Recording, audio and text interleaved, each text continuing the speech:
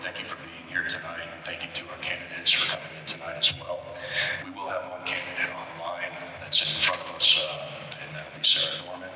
With that said, I'm going to go ahead and call this meeting to order. I'll start by reading our mission statement aloud. It is September 1st at 6:11 p.m. Our mission statement is: the mission of Monument Academy is to provide a challenging, content-rich academic program offered within an engaging, caring, and positive learning environment. Establishing a solid foundation of knowledge, Monument Academy emphasizes academic excellence, respect, responsibility, character, and exemplary citizenship. Would everyone please rise for the pledge?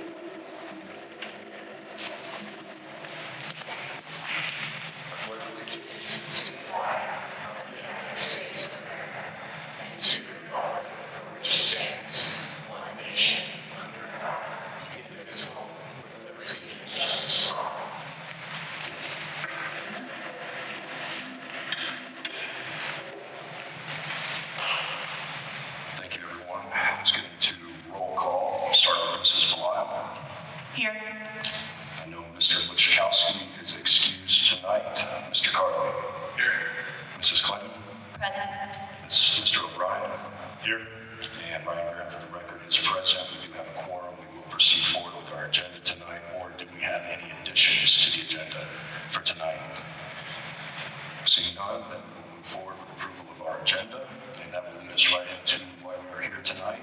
And that is to do a question and answer with our board applicants, candidates for tonight. I'm going to go ahead and turn this over to Mrs. Clinton. So with the vacancy from Mrs. McCuen, we have a board vacancy that is open until June 30th of 2023. We had 8 applicants. 2 have subsequently withdrawn those applications. So we have 6, including Sarah, who is on Zoom this evening. So we will start with each candidate taking 2 minutes to give an opening statement, introduce yourself, talk about why you're running for this or applying for this position, and I have visuals so that we stick to time, which Sarah will show you that in a second. So you'll know. There you go. And then once you hit the end, you'll know the time's up. And I will cut in politely, just so we stay on time. So, okay, so we can proceed with opening statements, and we'll start with Roxanne. Okay, hi, I am Roxanne Branch, and I'm just going to read what I had written if you've already seen that. I am a mom of a first grader attending Monument Academy for the first year. I spent my summer months attending several board meetings. I spoke up, I listened, and I observed. And as a parent, I believe that Monument Academy has implemented the same core values that I would not waver from when we decided to send our child into a public education environment.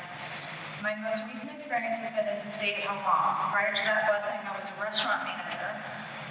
I believe I am qualified to join the board because of my experiences working with both businesses and the public, although I'm quite humbled by the people that are surrounding me. And I believe my personal investment in Monument Academy is based on the fact that I have a student here. I feel that the core values of Monument Academy have been built upon should remain in place. There's a typo in my writing if you ever saw that. It says, I do, and the word not should be there, intend to have my child exposed to influences being brought into the public education system. I will do everything possible to safeguard where my child spends his time. I believe being involved is how everyone must stand guard for every student interested to attend Monument Academy. Becoming involved in anything that takes time away from my family is not my first choice, but my desire to safeguard my child and every other child at Monument Academy from any agendas that we see coming forward in the public school systems far exceeds my desire to stay home. And I don't think I've reached my time, but I'm done. Thank you. Okay, Mr. Freed. Mr. Freed. Good evening, everyone.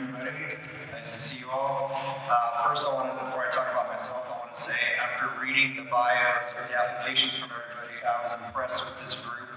Very high caliber folks applying for this position. The reason I applied was because I felt compelled to do so. The district asked, and I read the email, and I said, you know what, I'm going to go ahead and apply for it. I know Monument Academy asks parents to get involved, and that was one way to do that. My application kind of highlighted the reasons why I feel I could fit on the board. I'm a veteran. I've worked federal side of the government for many, many years, and also as a civilian helping the federal government for many, many years.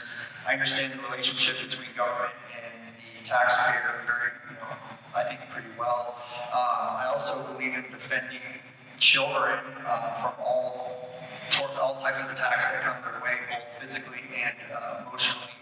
The curriculum. So one of those things that I really believe strongly in is keeping academics focused on academics, and kids need to learn the core competencies that Monument Academy espouses to uphold, and I agree with that. And that was one of the reasons why I chose to move my daughter over here. I have a 7th grader at Monument Academy, 4 other children in the public school system who I plan to get over here as they progress through the grades.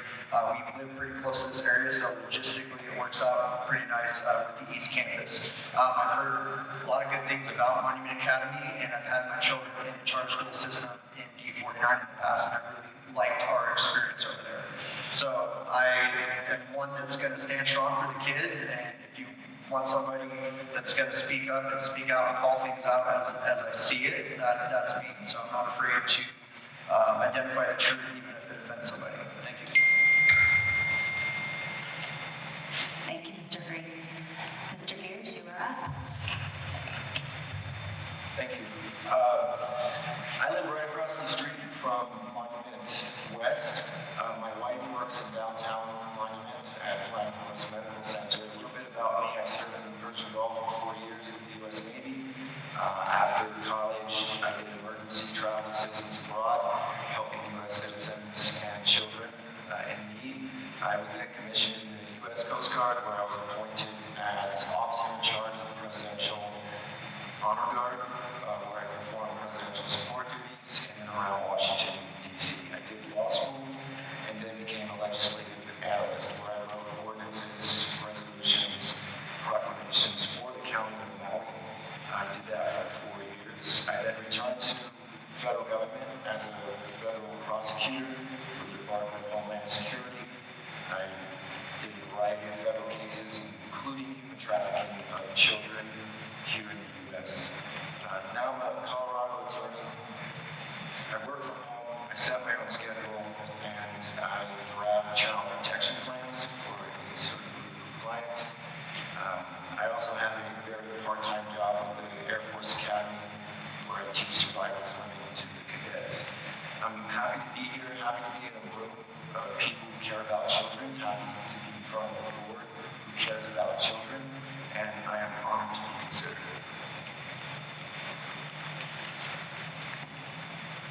Thank you. Ms. Hoyt. Hello, my name is Karen Hoyda, and it would be my privilege to serve the Monument Academy community as a member of the board. Perhaps similar to what brought your family to Monument Academy, our family was seeking a school that supported our values and provided the academic atmosphere in which our students would thrive. Now, as our daughter enters her 5th year at MA as a sophomore in high school, I can say with confidence that we wholeheartedly support the mission and vision of this fantastic charter school. Even prior to attending Monument Academy, I was a strong supporter of school choice. I've been impressed with the recent policy governance by this board. Not only do I agree with the board's direction, but I believe the direction this board has set is necessary to maintain MA's integrity as a school of choice. Further, I am in alignment with the recent policies, resolutions, and proclamation by this board. As a parent volunteer, I will work to protect the strong foundation upon which Monument Academy was built. I support all of the school's philosophical statements, and specifically will protect and advance the school in accordance with the ideals of America as expressed by our founding fathers. In addition, I will strive to advance those items necessary to achieve a thriving academic primary and secondary institution Specifically, I'm enthusiastic about maintaining MA's academic freedom, completing the high school building projects, solving the Highway 105 situation, and striving for excellence in all areas of the school's community.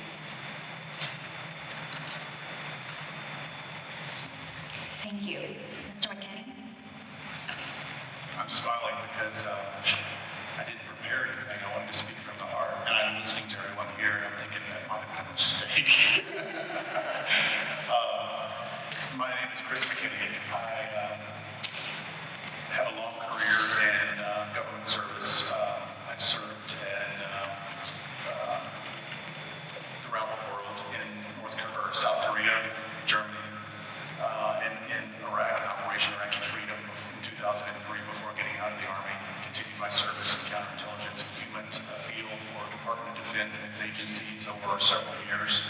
I have since transitioned into working for the VA, and I currently work as an IT project manager now for the VA that manages all of the emergency department software for tracking patient wait times as their journey progresses through the emergency department. So I manage 140 sites and their software for the emergency departments currently. I work from home. That gives me the flexibility and freedom to be invested in my children. I have two children, one 10 and one 12. Our 12-year-old is here at first year at Monument Academy, and that wasn't by chance. We've had our experience with public school in Colorado, and I live right next to Chinook, and across the street from Pine Creek. We've elected to spend 80 minutes a day in the car bringing our children here, so you can tell that we're invested in Monument Academy. I believe in the philosophy, the academic rigor, and the character building mentality that we have in Monument Academy. For far too long, I believe that people have given over their children to academic institutions who do not love you or will believe. I'm a Christian conservative. I'm proud of that, and I will work to ensure that our principles and our values are upheld with Monument Academy, and I look forward to serving you much as I've served throughout my career. Thank you. Thank you, Mr. McKinney. I'm going to put this down here for Sarah. Let's see if we can hear her well. Yeah, can you hear me? Go ahead. So my name is Sarah Norman. My name is Sarah Norman. I'm the mom of a second grader at Monument Academy, and we love the school, and I will call to put my name forward to the board because I really support a lot of the work we're doing with respect to safety, accountability within the school, trying to help Monument Academy stand out school choice, and really just having a district. Critically important because obviously Monument Academy likes to increase enrollment, make itself more financially stable, and we're in a really great district. So you need to be sure that it's clear what your school stands for with respect to your values, the character, support of your staff, the faculty, students, and the parents feel heard so that they understand why they're choosing Monument Academy. I just think that it's so important that the board is able to be that voice of the parents, of the administration, and the school to be sure that the kids are getting the education that they want with the same values and characteristics that they think are important. Have a lot of great options and in and around our monuments and Colorado Springs, and I think it's really, really important that Monument Academy gets their kind of mantra and values down so that parents are wanting to put their kids in school and do everything possible to help support schools to do that. Thank you. Thank you, Sarah. Okay, now we will move into the Q&A, and we did receive some questions from the audience as well. They've been dispersed amongst the board members, and we're just going to take turns asking them. Every applicant has 1 minute to answer. Everybody will answer the same question, and we will alternate who goes first as well. So the board member, when we shift to the next person starting, will just that. So I think Mr. Carley is going to go first. All right. Starting with Ms. Branch. Understanding your own personal strengths, what 3 strengths most qualify you?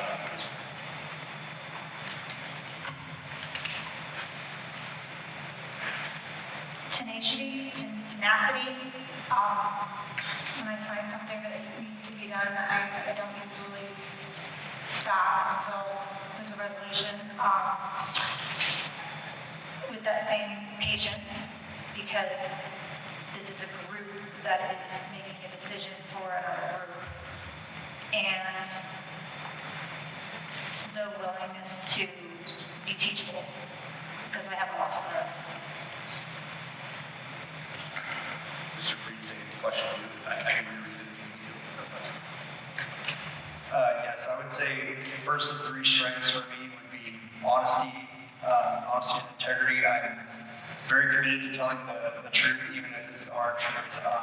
Sometimes it's difficult to say what's going on. I think people try to save face at the sacrifice of the truth. The other thing would be dedication. I'm committed to solving a problem until it's done. If I don't have the skill set to do it, I go and find somebody who does, or I go and learn the skill set to solve the problem. The third one would probably be innovation, coming up with new ideas to tackle problems and challenges that are presented in every situation. You know, if we use the same mentality over and over and over with new problems, we might not get the best solution. And that's also working with others, right? So innovating in a collaborative environment is important as well. So there you go. Mr. Gray. I would say first, my experience as a legislative analyst sort of taught me how the process works, how to work with other elected officials, and also understanding how to stay on mission when confronted with some very difficult questions. So filtering everything through the mission of my own county that we all seem to agree with. I'd say those are Ms. Waddell. I would say first my experience, I have had experience doing not only legal work, but experience in running teams that manage strategy, execution, risk, crisis management, security, environmental health and safety, investigations. I would say second is the collaboration. I'm used to working in teams, and I very much look forward to working with each of the board members and collectively coming to decisions. And then finally, I would say commitment. I follow through on the things that I commit to and whatever work assignments I have. I make sure I follow up and get them done for the collective good. Mr. McKinney. I would say integrity, commitment, and conviction. So without integrity, you really have nothing. The word is your bond, and I take that to heart. And with that said, I always want to ensure that I can go home and sleep well at night with the decision that I've made. And without that integrity, there's not possible. Conviction. So I'm convicted in my beliefs. I believe very strongly, and I want to ensure that when we, as a board, to make a decision, that we stand by that and we will defend that decision to the end. I believe that perseverance is one where I won't quit until the job's done. Ms. Norman. Okay, so I was applying to our perseverance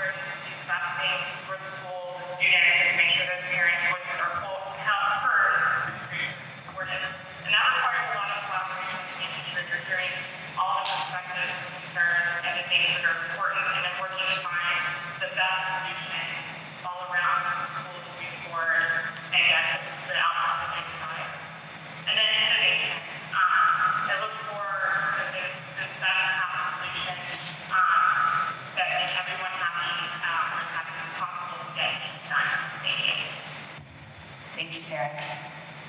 Okay, so now we're going to start with Mr. Freed and go to Danny for the questions.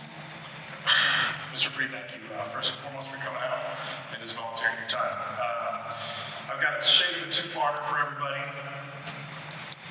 Do you consider yourself a good judge of character? Why or why not? I would say yes, because I look at people by their fruits, right? What are they producing? You know, if somebody has a track record of, being deceptive, they're probably going to be deceptive for you so in a future circumstance. And that's just what you do is you measure people by their character and their fruits. That's just a general rule of thumb. Is it 1 minute per? Okay.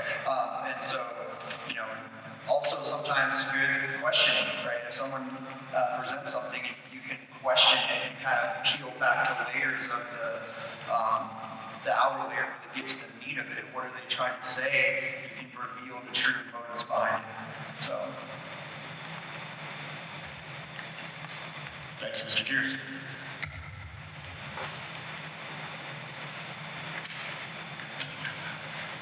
I would like to think that I am.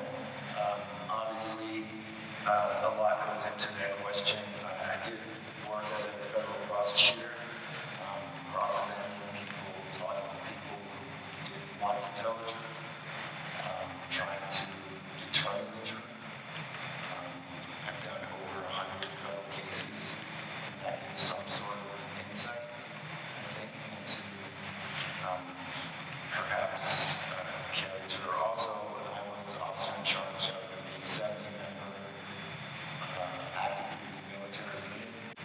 It's kind of one of the precepts that we preached was character. So I tried to embody that, tried to teach that, and I certainly saw it in the men and women who worked there. It's also something I think that is important to reserve judgment and not to make snap decisions. Ms. White. I would also like to think that I am a good judge of character. I think sometimes it's hard to know what people are telling you, but one way to do that is to look at their actions. So what I try to do is look at people's actions to understand some of their motivations versus what they may be telling me. I would also say that I'm probably someone who tends to trust first, so I tend to assume good-natured people until there's some type of evidence that might make me question motivations or how what their words might conflict with their actions. Thank you, Mr. McCuen. I would be inclined to say yes as well. However, I've been fooled before. I would say that my character lends me to not trust first and let someone prove their actions before immediately trusting them. I'm trying to do better at that. I will say that my job for 11 years was in the intelligence field, and it was a requirement that I assess people for information and determine whether they are credible sources of information. So I have been trained by the federal government in counterintelligence, strategic debriefing, interrogation. So I do have the background in that, but anyone will tell you that's done that line of work that you're going to be fooled eventually, but you have to follow that with checking in other sources as well. Ms. Branch.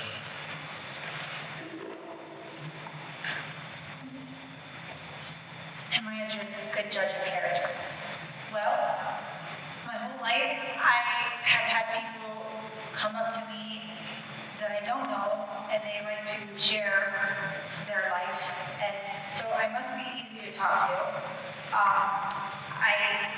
I don't often always pay attention, so if there's subtle cues, sometimes I miss them.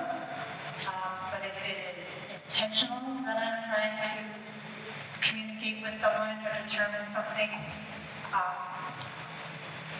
I do want to hear what they have to say first before making a rash decision, if that makes sense.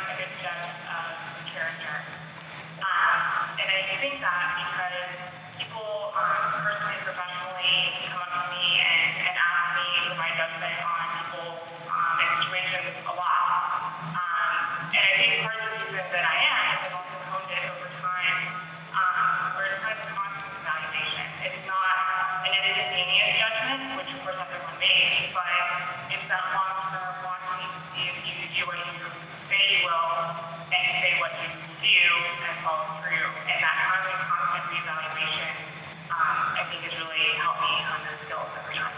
Thank you.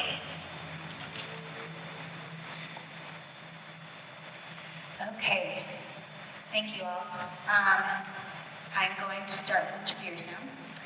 And this just kind of goes to the work and commitment that we put in as a board. We meet monthly. We have special meetings that pop up. We have committee meetings every single month. We spend time answering emails, phone calls, etc. It all adds up. So do you feel confident about the time commitment that you can provide, and how will you keep a balance? Thank you. That is something that my wife and I talked about. I wanted to make sure that I had the time. I have the fortunate position of designing my own law firm, setting my own schedule and clients so that I can adjust things. My wife and I talked about it. One of the things that was mentioned is I did have the time. And I was looking for a way to contribute. Having a daughter. So I certainly have thought about that. I see it doesn't come haphazardly. And I'm unfortunately in a position that I do have the time to devote to the board. And having had some community experience before, I don't know the time can make this special.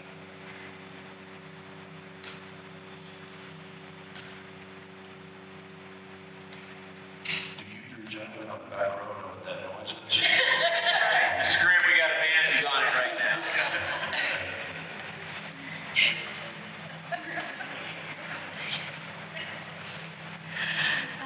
Would you like me to repeat the question this way? Are you good? I'm good. So I also am available for the time commitment. I am available evenings and weekends with really no reservation. Really my concern would be during the workday. I can make special meetings during the workday as long as I know in advance and can schedule those into my workday schedule. But for the most part, I have no reservation on the entire work commitment. It would be if there are expectations during the workday, then we would have to work out how I'd be able to attend those. Mr. McCuen? So I commit to being appointed. I will make sure that I'm available at all the times needed. When we were initially talking about the time commitment, I was concerned because I do have a full-time job and a family and have commitments as well. But I feel that this position is such an important position that I would move my schedule around and make time and commit to the things that need to be taken care of if I was selected for the director.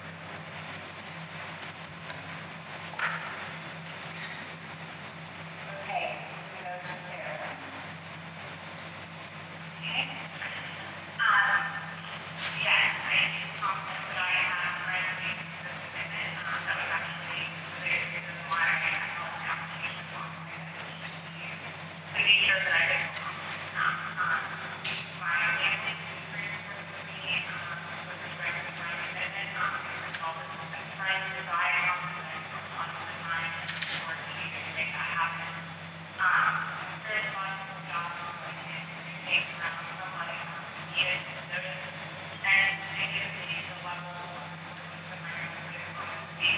Absolutely, but just would find time to balance the work. Thank you, Ms. Miller. Roxanne? My time commitment, Thursdays work for me because my husband is off. And in fact, my son has done homework in record time, so I'll see what that looks like when I get home. And during the day, I am available to be on committees during school hours.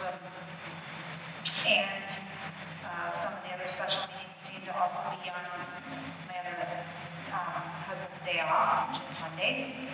But besides that, I have a mom that can help. So I'm ready texted me before I told him that there was a board position available. So he seems to be okay with this. Thank you, Mr. Freed. Okay, so business owner, father of 5, work a side job. I don't know how I make it work half the time, but it works. Getting commitments lined up and committing to those commitments is what I do.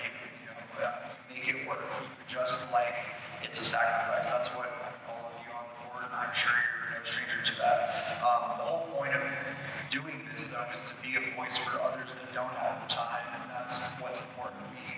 I have had people voice concerns to me, and like, hey, you need to go, try and get in there. And so I think carving out that time to commit to those other parents that can't because they're out there working, providing for their families is very important to me.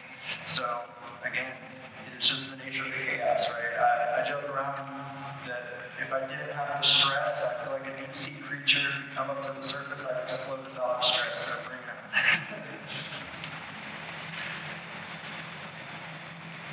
Congratulations. Yeah. Mr. Graham. All right, Mrs. Holden, we'll start with you. On February 10th of this year, the board unanimously supported a proclamation regarding the privacy and protection of students as it relates to Senate Bill 08200 House Bill 2111. Additionally, that same night, the board unanimously supported a resolution regarding the opposition to the use of critical race theory and other race-based training curricula and methodology in public education. My question is this: if appointed to this board, will you stand in support of said proclamation and resolution? 100%. I read those resolutions, I read the proclamation. I'm thrilled that the board has taken those positions. It's one of the reasons I think that McCuen Academy is unique and it's a school of choice. I would do my utmost to protect those positions and move forward with McCuen Academy keeping to its core values. Thank you, Mrs. White. On to you, sir. You need to reread the question. No, I wholeheartedly agree. Actually, those proclamation resolutions was one of the key determinations in bringing my daughter to school here. So I stand behind that 100%. Our children need to be protected from the agenda out there that is not conducive to what we believe. So we need to stand firmly against that. I also stand against any ideology that teaches that people are inferior or superior based upon their race, creed, religion, or whatever they are. So I am completely against CRT. Take it a step further too, I highly support the posture you're taking for security. I believe in making sure that our children and our faculty and parents are all protected and taken care of when they're in the school.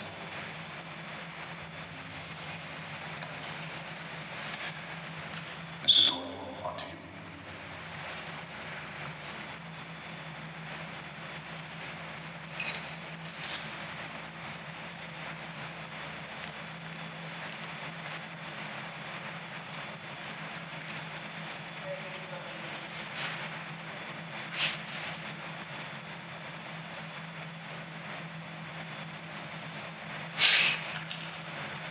Ms. Norman, can you hear us?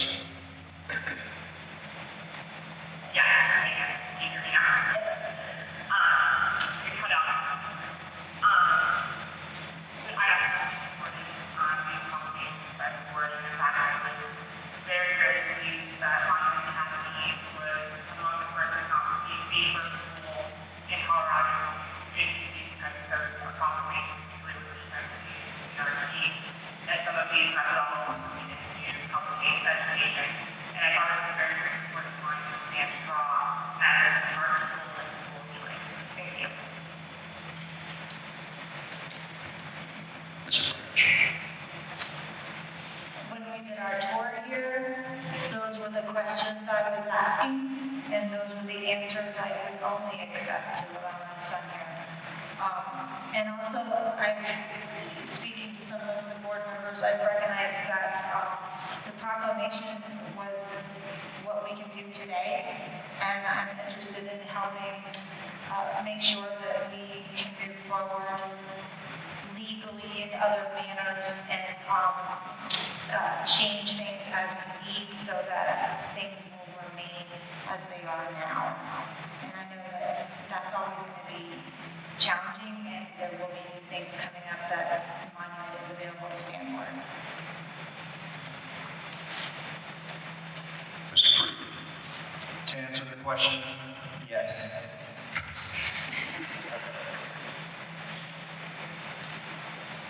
And Mr. Peters.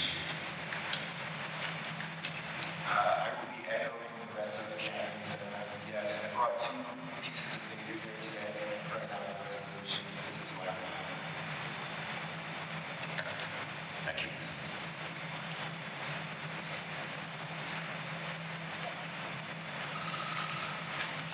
All right, I'll start with Mr. McKinney. The question is, what is your vision for Monument Academy? Keep doing what you're doing and expand. I think that Monument Academy really is a beacon on a hill. I think that while protecting what we have going here currently, one of the things that I desperately think Monument Academy needs is marketing out to the populace. We need to have folks who have the same mindset as us realize that Monument Academy is here and know that this is a place where they can come to have the highest academic rigors and build character. The thing is, I think a lot of people don't know about Monument Academy. I didn't know about it until I started searching online for conservative schools, Christian schools. I know this is not a Christian school, but it keeps popping up. And so we need to market that. We need to develop our high school program, finish out the wing. We need to get this school full of people just like us so we can change. We can change the current environment.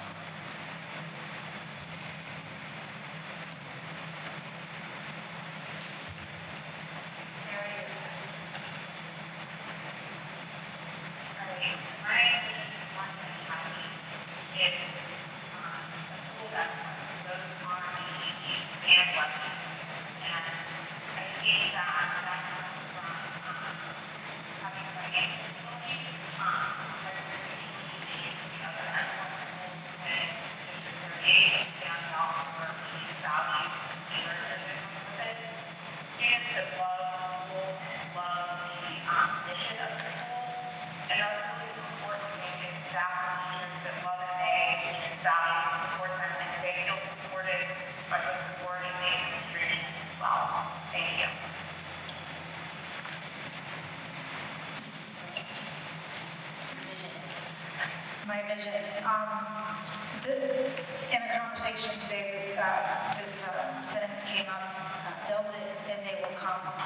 And I feel like I found what I didn't expect to find out there when I found Monument. And so I do believe that there are many that would make the choice to be here if they were aware.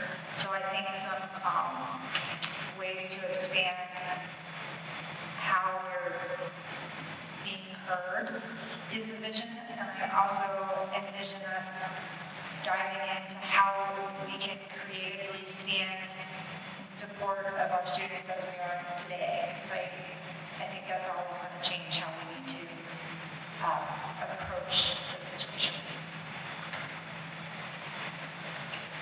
Mr. Freed? So one thing I'm passionate about is STEM, technology, emerging trends, things like that in those career fields. I would like to see kids vectored into STEM. This area, the Front Range, is a massive space community. It actually annoys me that Monument is basically unplugged from a lot of that. I think we need to look at ways to get kids on that track, get them internships into the college side of things, to work right for these companies that are paying very well for these fields that we hire from all over the world, right? People come here, they work on space programs. We build rockets right over the southwest side of Denver. We command, I think it's DirecTV. There's a massive hub out there, and there's all kinds of opportunity right here surrounding area. So I think focusing kids on the excitement of STEM and technology is something I would be interested in. Thank you, Mr. Gears. One of the draws for my wife and I was the classical approach to the education. It's written right in the mission statement. So my vision is really to fulfill and stay true to that mission. How is that done? How do we fulfill all the qualities that are mentioned in the mission statement? That is my vision, that we're able to do that and filter everything through that mission statement and stay true to our course of that.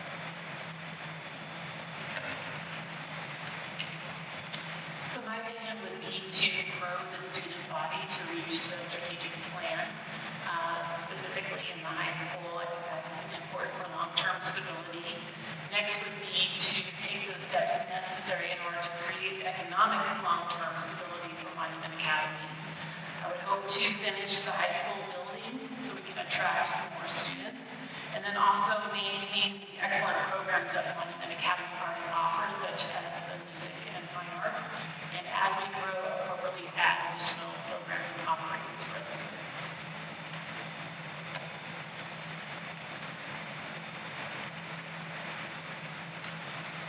Okay, back to you, Mr. Carly. All right, starting with Ms. Foreman. What is the biggest threat facing our educational future today? Thank you. So I think that today is governmental oversight taking academic excellence standards or progressive technology. I think that's a very, very real threat to student progress. That's for our youth in this very complex world. Thank you. Ms. Branch. I think the biggest threat is the outside agendas or items that are trying to be brought into school. They need to have an education more along the lines of how I grew up for my time frame, even before, where you're focused on learning the basics, the science, the social studies, the skills, the history. People are trying to take a lot of the history away. Math, the writing, the cursive. I was asking why is our kid writing cursive? Nobody writes cursive anymore. That's not the point. We need to have the basics. Mr. Frieden. I would say the biggest threat would be hyper-politicized political agendas. I think when we sacrifice the structure of our society to achieve a short-term goal, it's devastating in the long term. Kids need consistency. We need to focus on getting them educated and not trying to get them on our side, right? Kids are going to figure out where they're going to go, regardless of what parents want.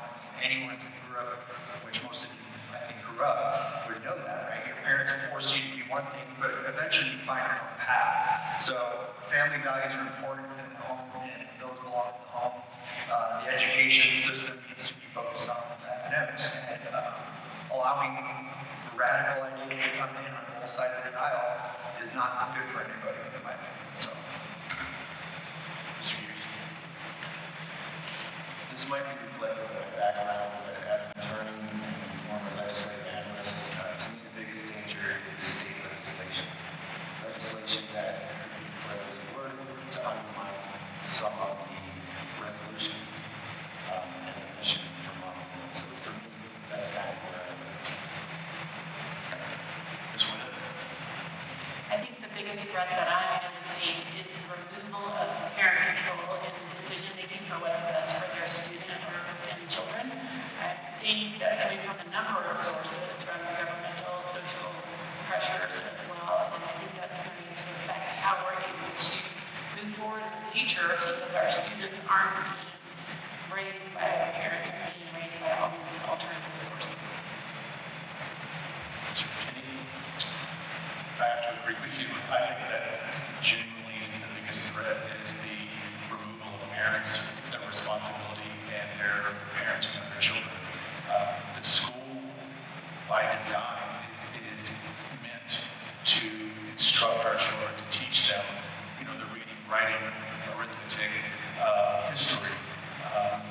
And even that's being changed in today in public school systems, how that's taught, and revisionist history, the radical agenda, I think, is driving that, driving parents out of parenting their children. So I think that is the key, and that's the biggest threat.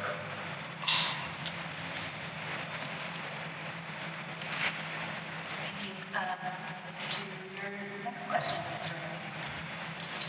Okay, the second one is coming from one of our attendees here in the audience. Ms. Branch, we'll start with you. What is your stance on LGBTQ agenda being implemented into school curriculum? No. I don't accept it. I don't want it in the schools that I choose to have my child. I believe that it's taking away from people being treated equally. It's I find it to be racial in many different ways besides the main item. I don't accept it.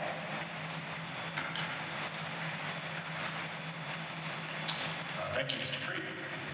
I would answer that question with this question. Why does my child's knowledge of your bedroom activity have any relevancy in learning arithmetic, science, history, economics, et cetera, et cetera, et cetera? I mean, sure, you could tie in some social trends and movements, and I think it's okay to study those from an objective lens, right? Like, hey, this happened in history, this occurred, sure, that's completely fine. But to promote and put on the forefront of the discussion people's private activities is just asinine to me.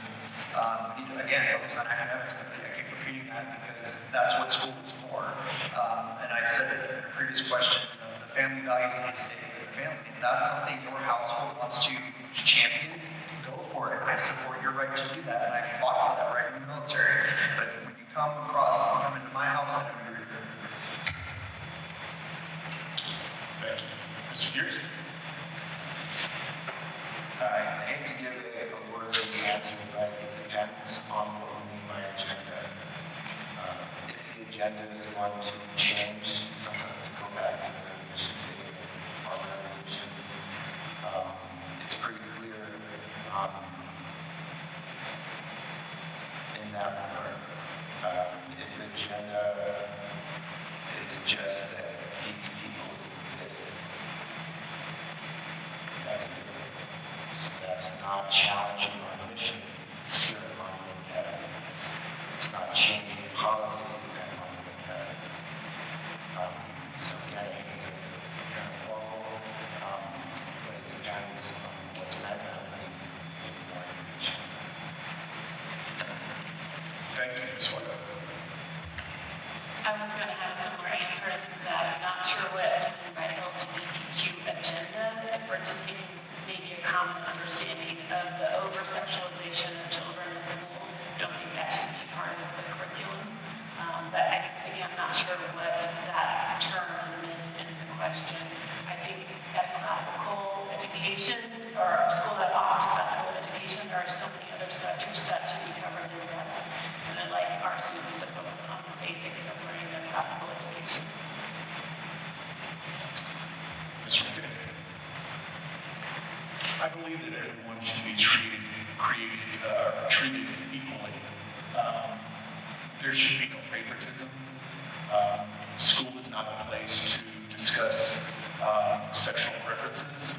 I don't believe that there's any place in that in school. So the answer is no, I do not support that agenda, as in it being pushed on our children and normalizing that activity and indoctrinating them into that lifestyle. No, I don't believe in that. But if that person is of that an LGBTQ,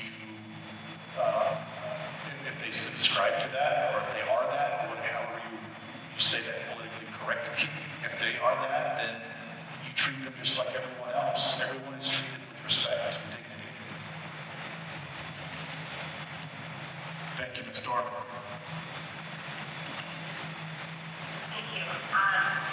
You know, I don't believe special interest agenda being implemented throughout we're looking at people. And I think the actions on the history or the relevant when these kind of special interest things are created, I would think it's overpaid. The special partner is really important. Now,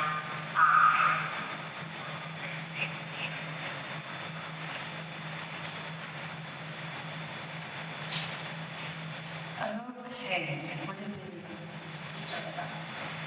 Okay. Okay, so this question is Mr. Freed. We have one vacancy for 9 months, but we as a board have seats that come up every single year.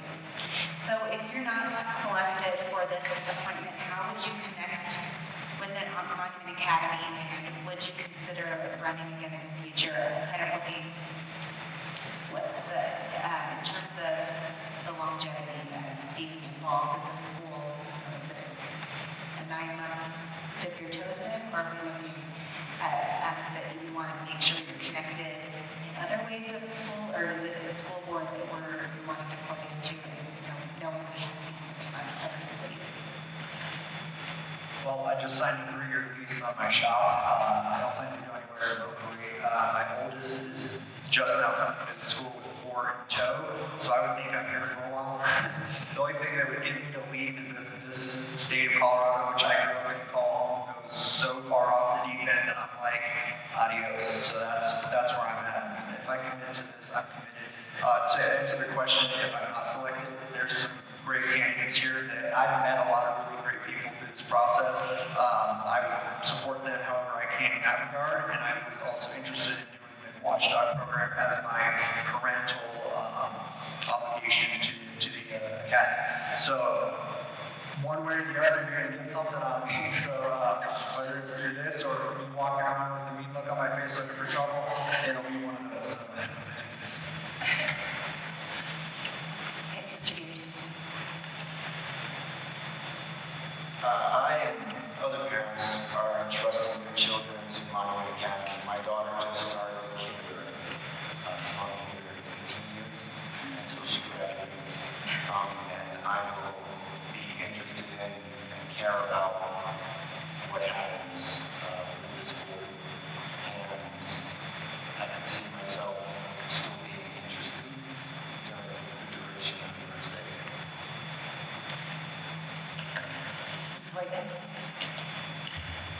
I am so excited about the parents that I met here tonight and through this process, and I would love to connect in new ways, if not selected for this position.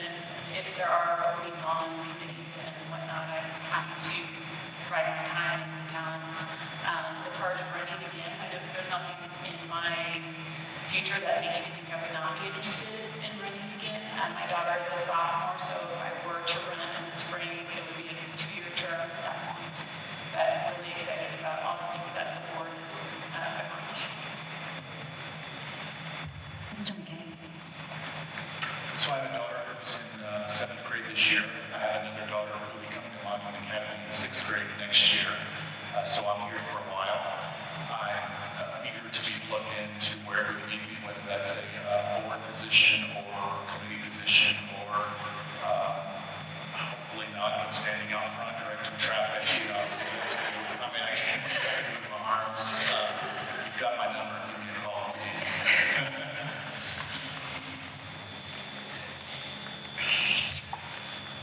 Sarah. Yeah, so it's not selected, absolutely with my evaluation, but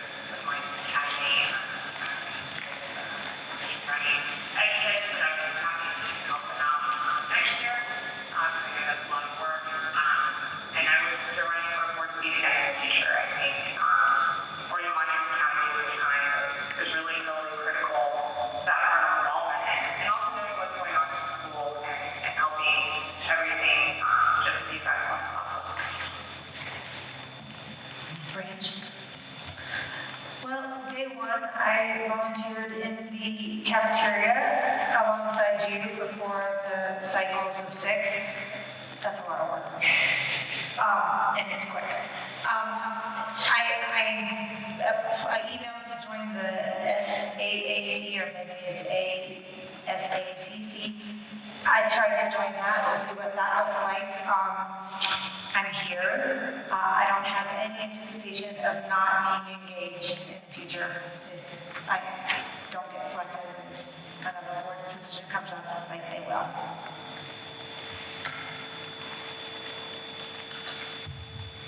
Mr. Gears, we'll start with you. As a board member, there will be a lot of weight on your shoulders.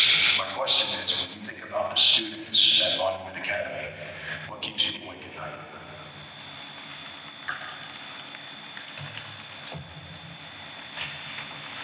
Probably the number one thing is character development. I know that academic program here, talking to others and what I've learned is stellar, but it's the other intangibles, resilience, fortitude. How are those aspects integrated with the great education that Monument is known for and is striving for? So that's my number one. That might be a little independent, just of my daughter, something that the qualities that I think she should have. But those are the intangibles that I think about. Mrs. White. I think one of the things that concerns me is how do we attract enough students to make the high school successful long term. I know that there's so many great things happening in the school and the students are thriving. I would love to see how we could advertise more and attract more students. Even as I speak to parents that are at some of the other local high schools, I hear them complaining about what their students are experiencing. For some reason, they're not yet making the decision to come here. And so I'd like to explore how we could, again, advertise and get more students in the door. Mr. McCuen. So I think of 3 things all the time. It's making sure my daughter is safe and secure, both of my daughters. I want their safety to be of utmost importance. I know the academics are here. I'm not concerned about that. I'm worried about them being prepared to go into the world after this. And that goes back to the character development that you mentioned as well. I think that making them strong, making them principled, and when they leave here to be able to go out into the world and fight against those that are willing to do harm to them, both physically and emotionally.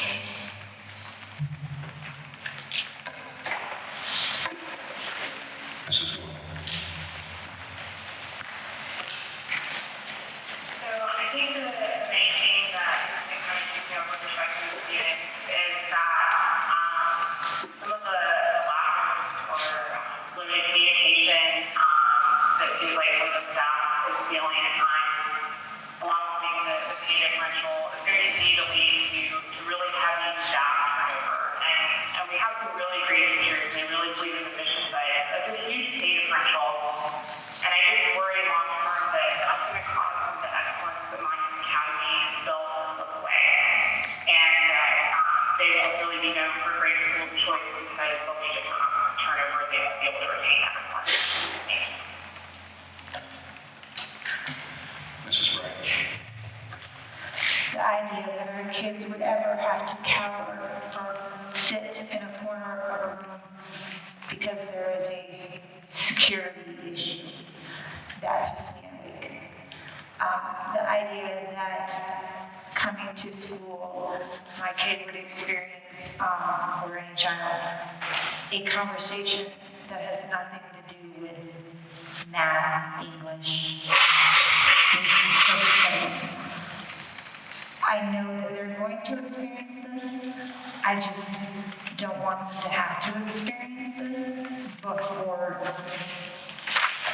we think they're ready or before they should. And I don't think that should be during school. Mr. Freed. one of the things that keeps me up at night, I would say, is just the state of the world, right? And I know every generation kind of has that. The world's going crazy, but what worries me is we put kids through education, convince them to go into college, get a degree, or maybe go to a trade school.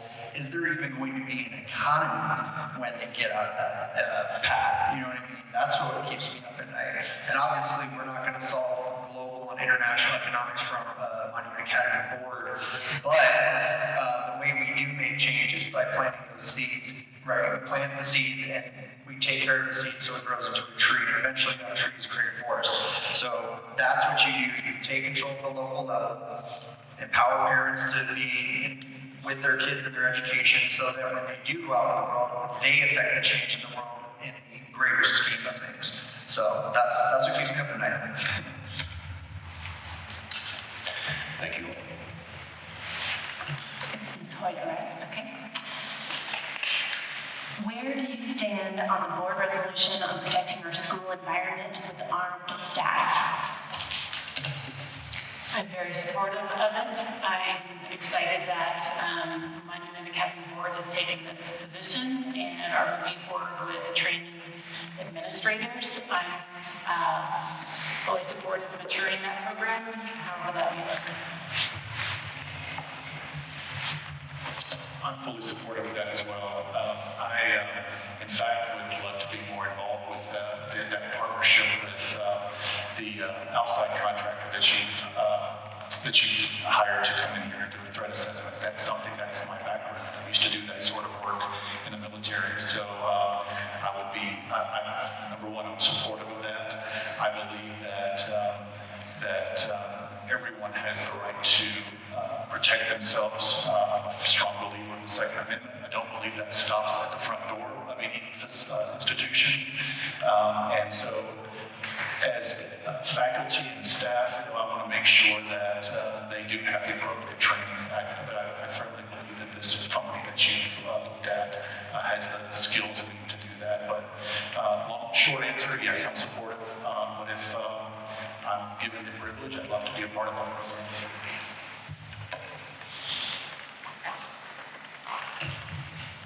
Sarah?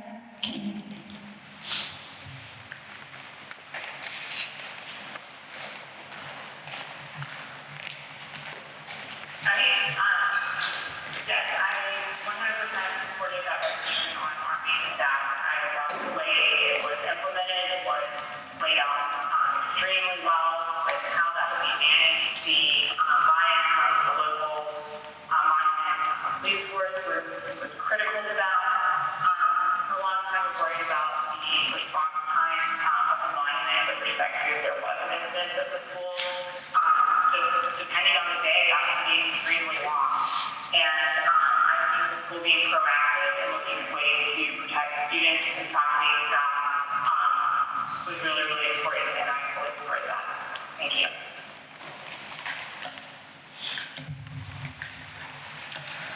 I completely support the board's resolution for working with Abel Shepherd. I've volunteered at schools that he's done before. I mentioned this in that meeting. I tried to go to the family event, but it was canceled, so we'll see how that goes, doing that again. But I think it's very important that everybody is on the same page. And one of the things, there's many things that the Shepherd program provided, but one of the things that they provided was all staff and adults in the buildings would be acting in the same line. And I think that's extremely important. I worked in a psych hospital, so if you do not work as a team and you're not on the same page, you won't be able to engage in situations that can become violent.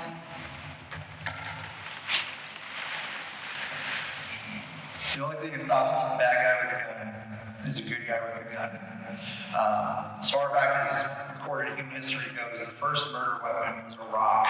Okay, people are gonna do things. Evil people exist in this world, and no amount of legislation is gonna change that. The way to handle the school shooting situation is to prevent the school from being a soft target. There's a reason these psychos go after schools with children, because they know, I'm not going to cuss, but they know sure well that if they did that at a Magnum shooting center event, it wouldn't go so well. Right here in our own community at New Life Church, the shooting was stopped by a woman who had a revolver in her purse. I mean, that's just one of many examples. So I fully support the armed officer at the school. I fully support single point of entry, man traps, and all of those things that prevent children from becoming victims in the first place. It's a deterrence, and that's what's needed. I'm 100% in support of the resolution.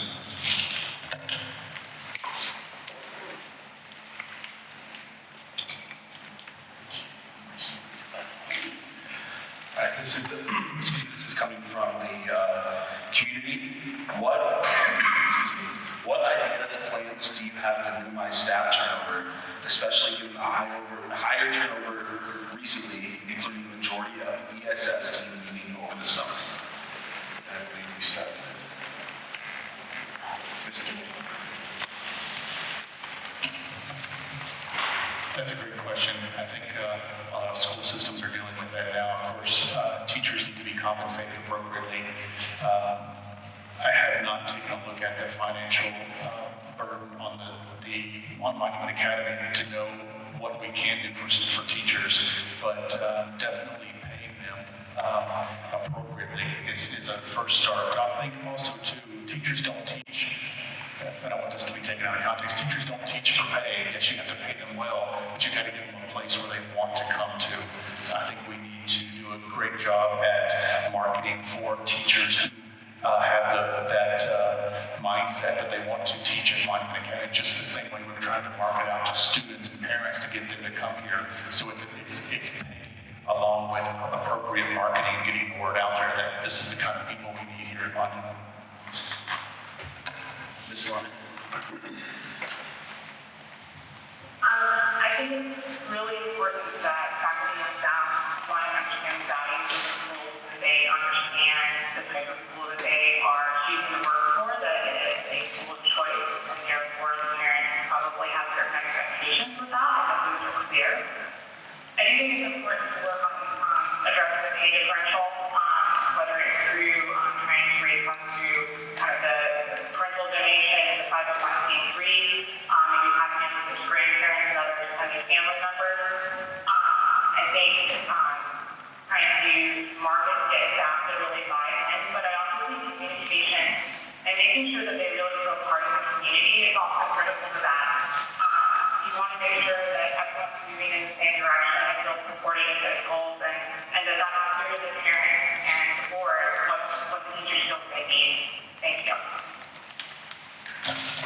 Ms. Branch. Well, I've listened a little bit to the budget, so I believe that Monument has been trying to pay people, but there's just not as much as there as we would want maybe to pay the folks. So I think the turn needs to be for putting our face forward, getting our name and our values in front of more so that people can recognize what our school stands for and what we're trying to do for our children here and the education and what we are not willing to allow into our doors as well. Mr. Freed. I'll try and squeeze this in 1 minute, but the funding issue is a very big problem. I think we have problems at the state level with getting funding allocated properly according to the cost of living in the school district. El Paso County funds itself primarily. The largest line item on there is from sales tax. In the last 2 years, we shut down small businesses. We put families out of business, combined with going into an inflationary economy. The numbers I last checked was 9% nationally, 14% for Colorado. Colorado is experiencing extreme inflation. This is not a Monument District specific issue. What that requires is new thinking and new ideas on how to fund this district without increasing the taxpayer burden. Taxpayers, I don't know about you, but I pay income tax, sales tax, property tax, fees. It comes out of nowhere. Next thing you know, I got $100 for this, $100 for that. So we have to come up with creative ways to bring in funding with money we're already spending every single day. Mr. Gears? Not being privy to the budget, I would say that there's three factors: compensation, marketing, and a desire to be part of the mission.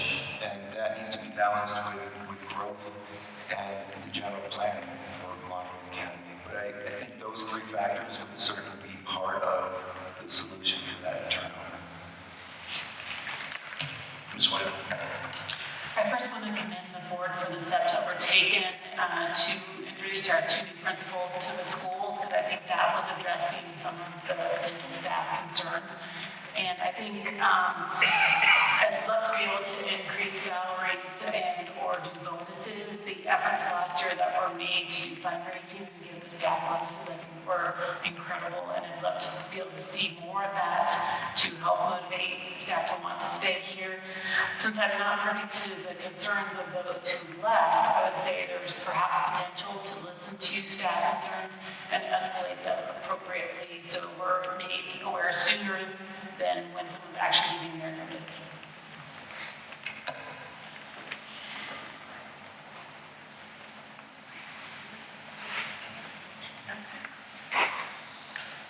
Forgive me, I don't know who we're starting with. Is it Mr. Freaky? Is that right? Sure. Is that right? I was last. Oh, it's, sorry. Mr. McCuen. Oh, it's Mrs. Bowen. Sorry about that. Okay. Just engrossed in all the good information from these answers. All right, Mrs. Bowen, how do you think social emotional learning should be implemented in Monument Academy?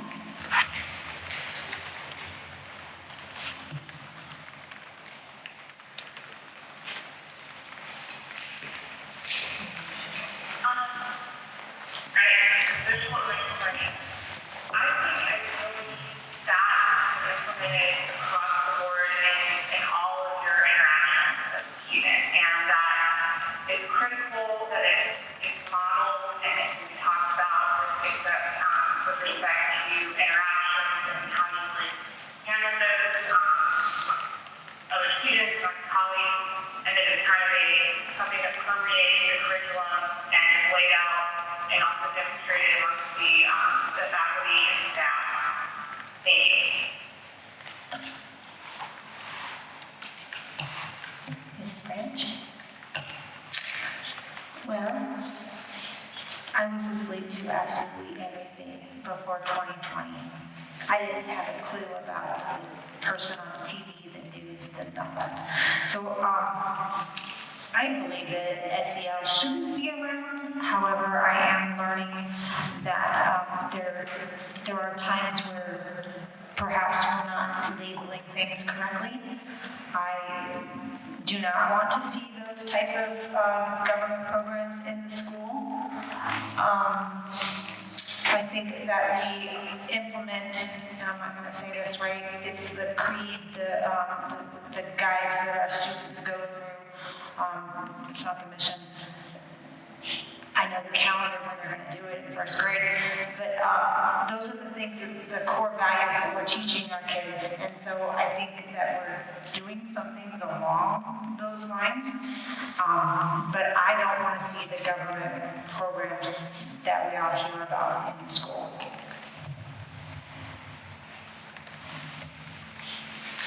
I'm going to echo that a little bit here. If you asked me 10 years ago, I'm probably like, yeah, that sounds great, let's do that. What I've noticed though is through obfuscation, smoke and mirrors, and different deceptive tactics, certain words that have positive, meanings to them end up representing things with ulterior motives. When I hear the word social anymore in just about any context, I'm like, what is that, right? So, it's great, like social security. Well, we worry about that even being around when I retire. So, so I would be very skeptical of that program. I will be honest, I'm not fully aware of all the in and outs of that program because it's another new one I've heard of. But some of the programs similar to that in the past end up being against my core values and some of the core values I'm seeing on this mission statement and vision statement. So if it here's to that, let's do it. If not, well, I'm gonna scrutinize it.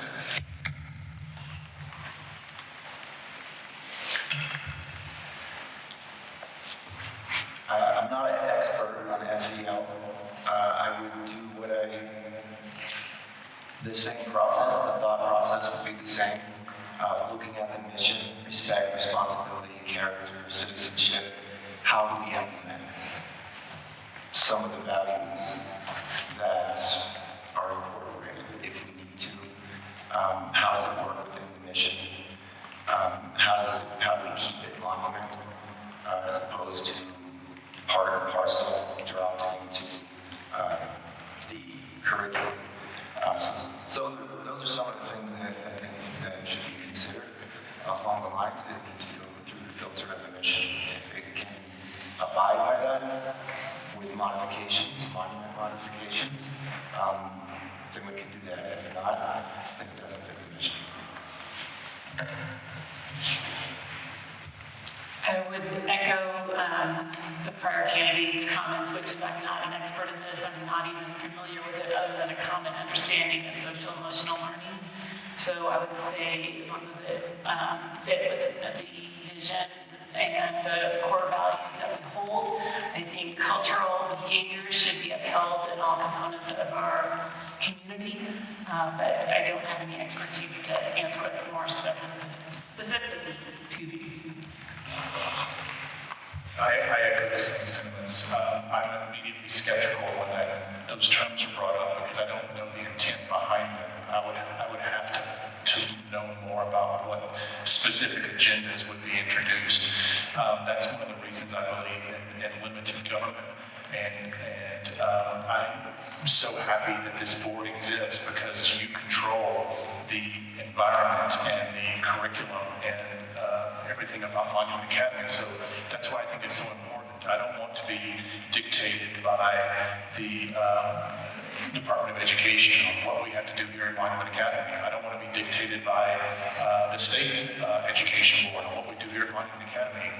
Every proposal that we teach here, whether it's economics or social agendas, need to run through our approval process. And so I have to know more, but instantly I'm very skeptical when those topics are brought up.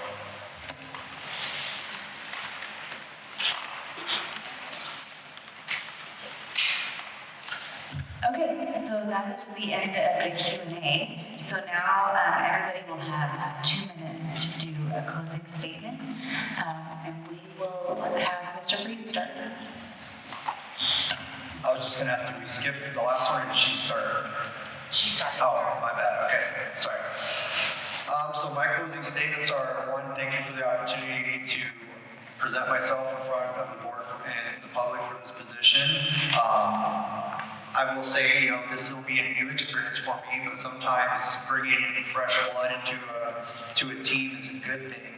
I'm very passionate about, protecting children, physical security, all those things that every parent, I'm pretty sure, is concerned about. As far as the education structure, again, I'm a big supporter focusing on academics. You should come to school to learn about school, not politics. You want to go into a political science elective course, sure, that's when you can break out some of those things. But when we talk about structuring what the kids are going to be exposed to, it's simple. Focus on school. As far as district and Monument Academy specific things, there's a lot of growth here. I heard about the plans for the new building. I'd like to see more opportunities for the kids. Like sports programs, again, scholarship opportunities, giving them a path beyond this building because we have them while they're here, but if they don't have some of those things that other schools provide, well, parents might be inclined to not put their children here. I am very excited that a lot of the opinions and worldviews of some of these, pretty much all the candidates, and a lot of the parents that I've met, just bringing my daughter here. So just the decision to bring my daughter here, in my personal experience, has been a good thing.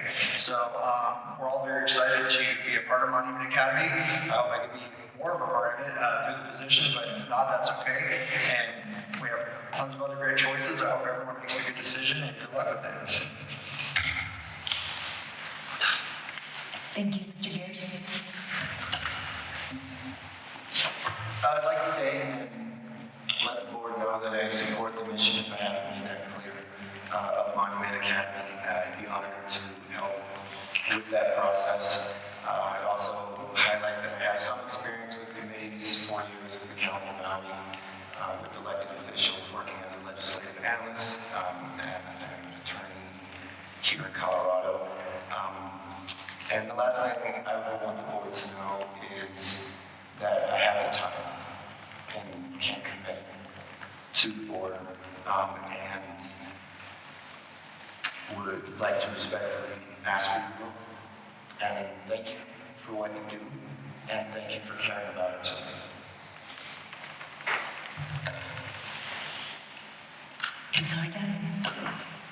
Yeah, thank you for tonight. And I just want to say that in addition to my views that I've expressed, I believe my professional background, including working experiences in strategy, execution, risk, security, just to name a few, make me one of the many good candidates that you have before you tonight. So I want to thank you, board, for all that you do. I could not be more pleased with the efforts that you've made to date. And it'd be my pleasure to work alongside you if you should decide to pick me. But of course, I'm for you 100% and really want to achieve Monument Academy's strategic plan, including its growth goals, and how to continue to make Monument Academy an excellent charter school moving forward. Thank you. I'm fully invested in Monument Academy, both with my children and with my time and dedication, should you decide to appoint me. I fully support what you've done so far, the changes you've made, and I fully pledge my support to you all and the school on the board of directors or in the parking lot. It really doesn't make a difference to me. I'm willing to serve. My background shows a long track record of service, so I'm happy to and willing to do that for you all and for the parents in the school. Thank you for the opportunity. Okay, Sarah. Hey, well, I just want to thank you all for the time tonight and for working with me, being out of town. I love what Monument Academy stands for, and I want to see it be the school of choice in the college Springs area. And I think it has the vision to do that, and I think the board has done a lot to really move the school forward with that. I completely support everything that they've done. And if you pick me, I will continue to help them move this idea, this vision forward, and I bring in the best new ideas and new perspectives in certain areas. And I think, we really want East and West Campus to be viewed as a school of excellence that people really, really want to go to. And that takes effort, and that takes cultivation. And I think that's really critical that the board gives the parents the voice that you don't get in your local schools, no matter how many they are. That's the real goal of the charter, is that the parents get to say. And there's a lot of time and effort in being on a board like this. I'm dying for, and I'm willing to put in that hard work and dedication, because it's really rewarding, and it's the most important thing we can do. Thank you. Thank you. Mrs. Branch. Well, I appreciate every opportunity that I've had to talk to the board and to the other people that I've met in the schools, the staff, the parents. I look forward to the time that my son has here and being in these halls with the students and the staff here as you're standing up for our kids. I'm amazed at how wonderful the candidates are that we have here. So if I'm not going to be a board member, I'm still going to be here. You'll still hear me. I might tell you I have too much to say again, and I wouldn't be sad about it. That's a little reference to when I was speaking. But I just appreciate the time that you all have spent here taking care of our kids, and I'd be honored stand beside you and stand for those kids.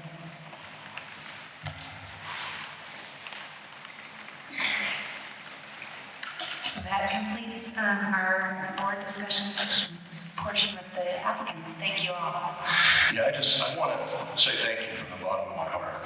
This is as honest and transparent as I can be. It takes a lot of courage to sit up there and express your views and your opinions. And I know that we're going to do that as fathers and as mothers and people that believe in the mission and the vision of what we're doing. But I just want you to know that I greatly appreciate it as I that I'm honored to be here amongst each of you. And I wish it wasn't just one, but that's just the way it is. And what the process will be moving forward from here is this. Next week, we'll have our regular meeting, and we will do a closed vote. It may require a couple rounds. There's probably going to be some statistical anomalies that we have to be prepared for based on the number of candidates and the number of board members. With that said, though, our expectation and intent next week is to make that appointment. And then from there would be a background check that, whoever we appoint will need to go through. And probably what would happen after that point is you would be sworn in at the October meeting. But the intent is to make that appointment next week. So you are welcome to attend that meeting. I would encourage you to attend that meeting. And again, thank you from the bottom of my heart for being here tonight. With that said, Board, if there's no other comments, we can go ahead and entertain a motion to adjourn. I motion we adjourn. Okay, at this point, we are adjourned. Thank you, guys.